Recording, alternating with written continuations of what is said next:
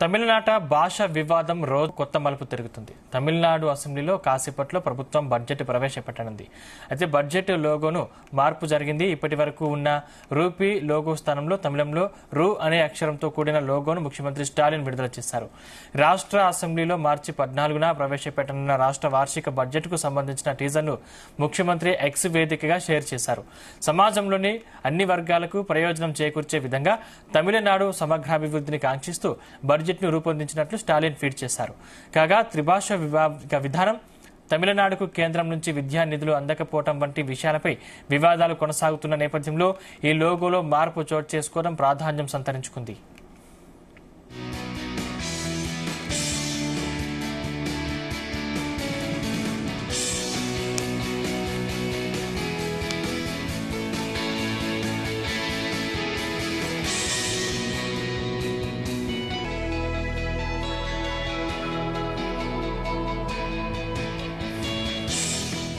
Dravidian model TN budget 2025 hash ట్యాగ్లతో విడుదల చేసిన బడ్జెట్ లోగోలో హిందీ అక్షరం ఆర్ స్ఫూర్తితో రూపొందిన అధికారిక రూపాయి చిహ్నం మాయమైంది. ఇక ఈ స్థానంలో తమిళ పదం రూపాయికి చిహ్నమైన రు అనే తమిళ అక్షరం దర్శనమిచ్చింది. గత 2 వార్షిక బడ్జెట్లలో మాత్రం అధికారిక రూపాయి చిహ్నమే లోగోలో ఉండడం విశేషం. ఇక 2023-24 బడ్జెట్ లోగోలో కూడా అధికారిక రూపాయి చిహ్నమే ఉంది. దీన్ని ఐఐటి గువాహటి ప్రొఫెసర్ డిజైన్ చేశారు. ఆయన డిఎంకే నాయకుడు కుమారుడు కావడం గమనార్హం.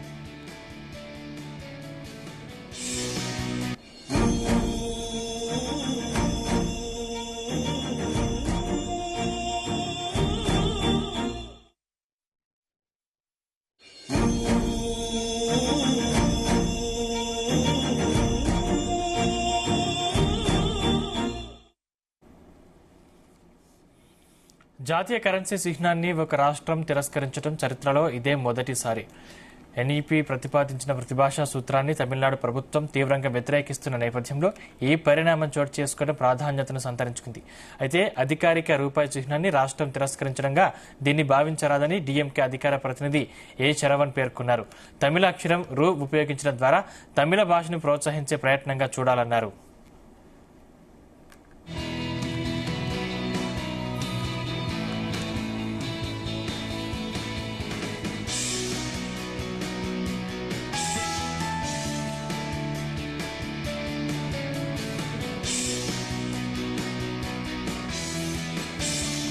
అధికారిక రూపాయి చిహ్నాన్ని మార్పులను తమిళనాడు ప్రభుత్వ నిర్ణయంపై బీజేపీ రాష్ట్ర అధ్యక్షుడు కె అన్నామలై తీవ్ర ఆగ్రహం వ్యక్తం చేశారు.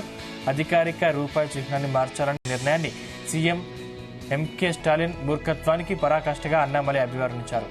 యావత్ దేశం ముందు తమిళ ప్రజల్ని నవ్వులపాలు చేశారని ఆయన ఆగ్రహం వ్యక్తం చేశారు.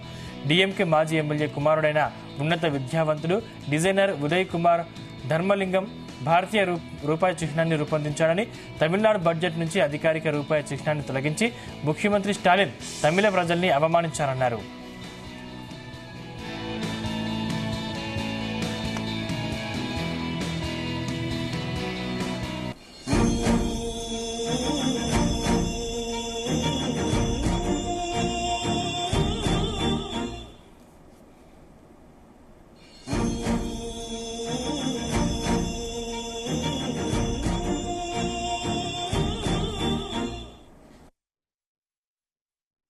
It is not only condemnable, it is laughable.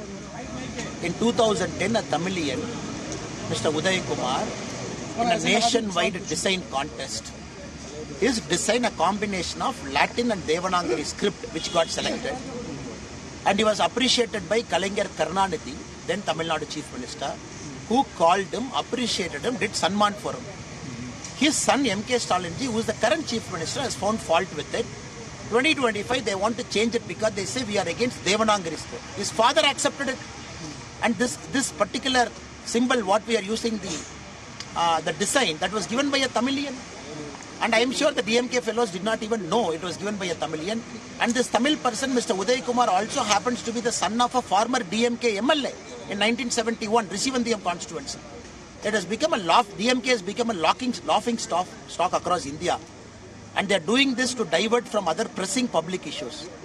Just now, ED has conducted massive raids across the TASMAC and liquor companies of Tamil Nadu. Today, they have issued a press statement. More than 1,000 crore kickbacks they have found out. And these are all major issues in Tamil Nadu.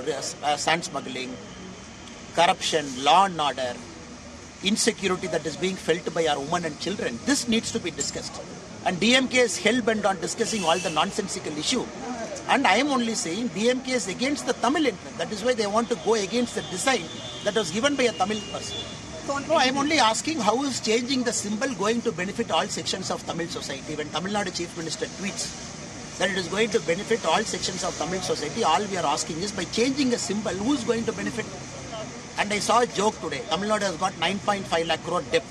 By changing the symbol, the debt will get vanished tomorrow morning. And this is not only condemnable, as I said, it is laughable. And why they are doing it, we don't know. And either the immaturity level is so low. In fact, Tamil Nadu's Planning Commission's executive vice chairman said, since it is Devanagari script, we are opposing. But Kalaignar Karunanidhi accepted it. Kalaignar Karunanidhi did someone to the same person, Mr. Uday Kumar, who did it in 2010. What is their problem now? Why they want to create all these unnecessary issues?